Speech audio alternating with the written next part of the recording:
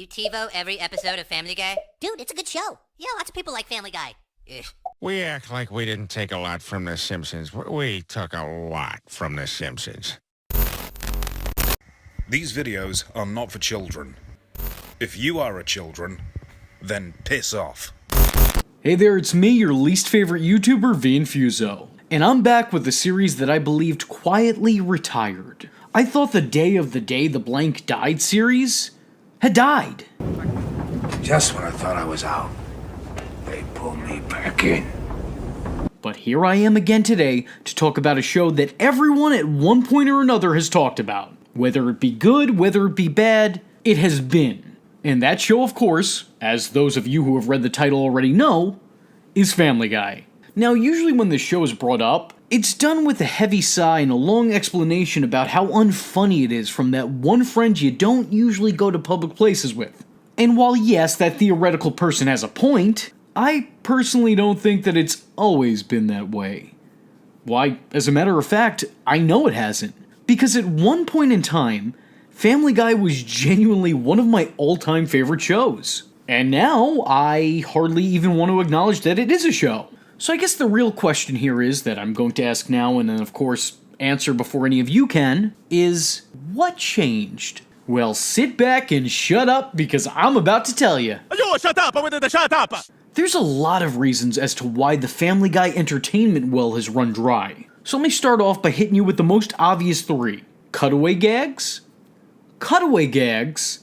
and fucking cutaway gags. These little intervals of off-narrative jokes were actually some of my favorite parts of the show when I was younger. But now they're part of the reason why I actually stopped watching. Now yes, when you grow up, your taste in certain things changes. And what we find funny, what we find humorous, what we decide to laugh at is no different. But I don't necessarily think that that's the reason these don't hit the way that they used to. Way back when, these were used a little bit more sparingly. They were fun little detours from the plot that would pop up every now and again, and provide the audience with laughter. Yet nowadays, the episode's plot, if you can even call it that, I don't know legally if you can, the episode's plot seems more like a cutaway from the cutaways. There's without a shadow of a doubt an influx on these gags. And now, not only are there more per episode, but they also last considerably longer than they once did. Look, there's over-reliance on a joke, and then there's overkill. And I don't know if you killed the bit, but I know that when watching an episode now, I want to kill myself. Don't even get me started with that lame Conway Twitty joke, which doesn't serve to make the audience laugh, but instead just to take up more of the episode's runtime. Modern Family Guy episodes seem like an outlet for random one-off jokes that have zero relevance to what's going on. And I can continue to bitch and complain, and believe me I can, but that would be a waste of my time and yours, because this has already been perfectly covered by South Park years ago. When I make jokes, they are inherent to a story. Deep, situational, and emotional jokes based on what is relevant and has a point. Not just one random interchangeable joke after another. Newer Family Guy episodes just remind me of Seth MacFarlane's Cavalcade of Cartoon Comedy, a series he did on YouTube about a decade ago. And all it is just a random compilation of animated sketches that don't really have any correlation to each other. Which, in my estimate, is kind of exactly what Family Guy's become. And if that's what Seth wants to do, then fine. I think it would work a hell of a lot better than having it be in this. Using Family Guy as the vehicle for a cartoon sketch show? I don't know, I just kind of think it sucks. I know you're expecting some analytical statement here, but no, I just kind of think it sucks. Seth, Bubala, if you're listening to me, just make your own Cartoon Mad TV. No one's gonna fault you for it. Another big issue with the show is Flanderization, which, if I'm to be honest, seems kind of inevitable. A show can only run on for so long before the characters transform into a one or two note joke. Peter went from being a little bit dim-witted to being a full-blown idiot. That man has more animation cells than he has brain cells. He's become irredeemably stupid, incapable of learning, and impossible to teach. Which, now that I'm thinking about it, both those things mean the same thing, just said slightly differently. So who knows, maybe I'm the dumb one. I don't even fucking know anymore. I don't care. The man's whole character premise is that he's a moron. Oh, and he's fat. Which, of course, are two character traits that I personally can relate to, but that has nothing to do with what we're talking about.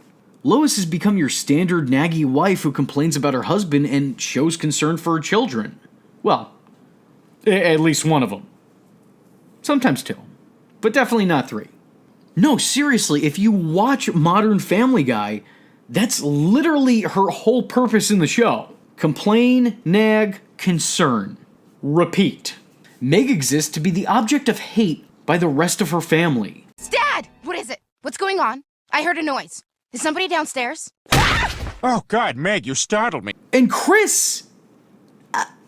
Well, Chris is just there. Brian's role is to be a sardonic, cynical asshole that Seth MacFarlane can speak through. Well, I mean, I guess come to think of it, that's kind of what he's always been, but now it doesn't seem like he's hiding it anymore. It's very, very blatant.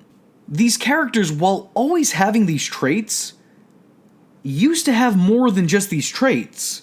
They were written to be, well, actual characters. There were some genuine moments on the show, moments where we saw the characters bond with each other and learn lessons. There were greater contributions outside of fart jokes and shut up Meg. The Flanderization of these characters have really ripped the heart out of Family Guy. It's the very same issue I have with The Simpsons as well.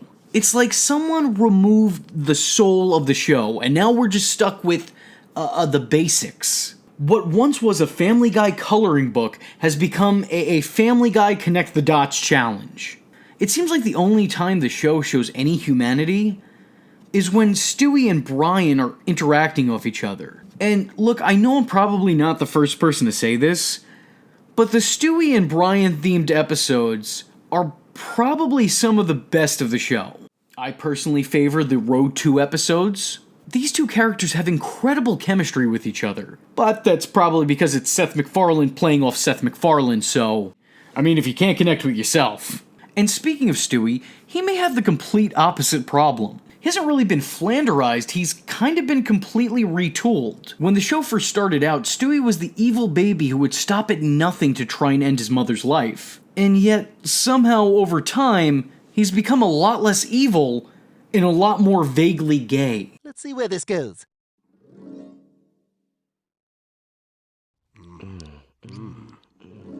Wow, it went right there. Oh, okay, maybe not vaguely. The show also over the years has seemed to lose its concept of what's funny, and it often tilts into the unfathomably irritating territory. Family Guy at this point in time has basically become Melissa McCarthy the cartoon show. You know, when it's got the right people behind it, it could be really funny and solidly entertaining. But more often than not, it's just really annoying. And filled with fat jokes. And here's the real interesting thing for me. I've heard for years how laughably bad the Cleveland show was. How inferior it was to its brother and sister shows in Family Guy and American Dad. But... if I'm being honest here, I thought the Cleveland show was actually a lot better than Modern Family Guy. I said it, and I can't take it back. It's already out, it's in the ether. There's nothing more I can do. I said what I said, that's it. Don't misinterpret that, by the way. I'm not saying that the Cleveland show was good, per se. I'm just saying that it was better than Family Guy was at the time that it was out. Now, I know a lot of you are already typing in the comment section, already clicking that dislike button, already unsubscribing had you actually been subscribed. But hear me out here. Cleveland show wasn't great by any means, but at least the Cleveland show made jokes relevant to their plots. At least the Cleveland show had plots. At least the Cleveland show tried. And I think that's what it comes down to. Family Guy just doesn't try anymore. And from my perspective, it kind of seems like it hasn't for a while. With its years on air and embedded in pop culture, Family Guy has pretty much become a license to print money. The episodes don't take the same amount of creative effort as they once did, because regardless of what's done, people are still going to tune in to see the characters they know and love. So really, who could blame Seth for losing his passion for this 22-year-old show and focusing his attention on other projects? Why let a show end that's making him and the studio money, that requires less constant attention than it once did? Is the brand creatively bankrupt? Well, yeah, I think so. I think it has been for a while. But Seth MacFarlane isn't. While he's out there drowning in Family Guy money, making enough that he could probably retire at any point in time and never contribute anything to society again, and still live a long, happy, healthy, and wealthy life, he's still working on other creative endeavors, like The Orville, which I haven't personally seen, but I hear real great things about. Or like the Ted movies, which, you know, 1 out of the 2 is good. The show is definitely not what it used to be. If I'm being real with y'all, I've always really liked American Dad, and still to this day, I really like American Dad. Because it seems like there's more effort put into the stories. While Family Guy isn't what it used to be, when you think about it, how could it be? What can Family Guy possibly do that they haven't already done? Probably 2 times over at this point. They've pushed every limit that they could possibly push. They've made every joke they could possibly make, and told every story they could think to tell. After 22 years, 2 decades, and 2 years, there's no more milk left in that creativity cow. But that ain't gonna stop those in charge from milking it for as long as they can. And I think a big part of that is because the people who are tuning into the show aren't tuning in for expert storytelling, or to see the new big adventure that the family's gonna go on. They're tuning in to see characters that they've become familiar with, who they've come to love, and a show that probably provides a lot of comfort to a lot of different people. On Family Guy.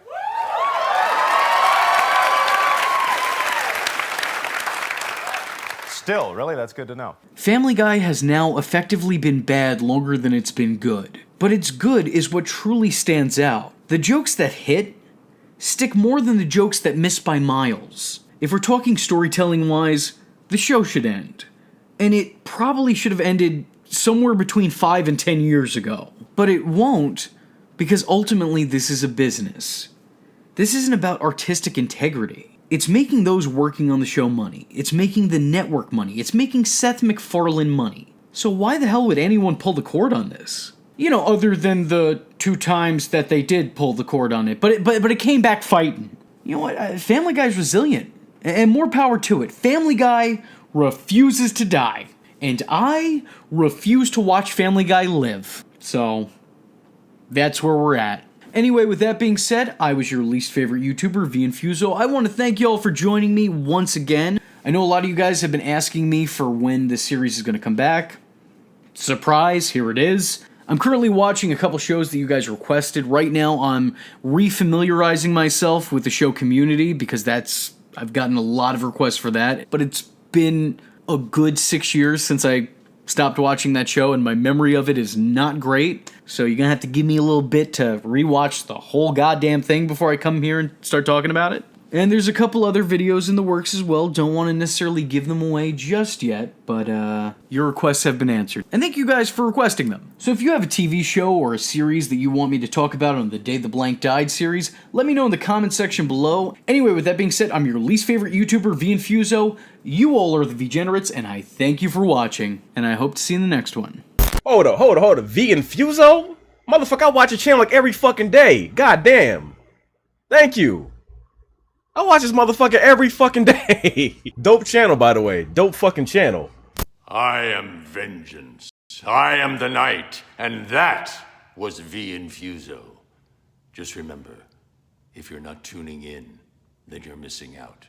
So, if you like the words that came out of his mouth hole, and you too would like to become a V-generate, don't forget to like and subscribe.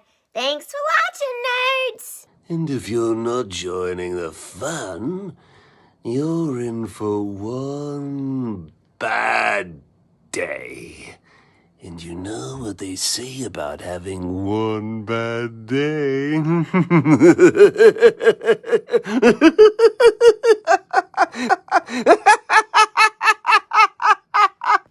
Catch him next time. Same bad time. Same bad channel. Ladies and gentlemen, Mr. Peter Griffin.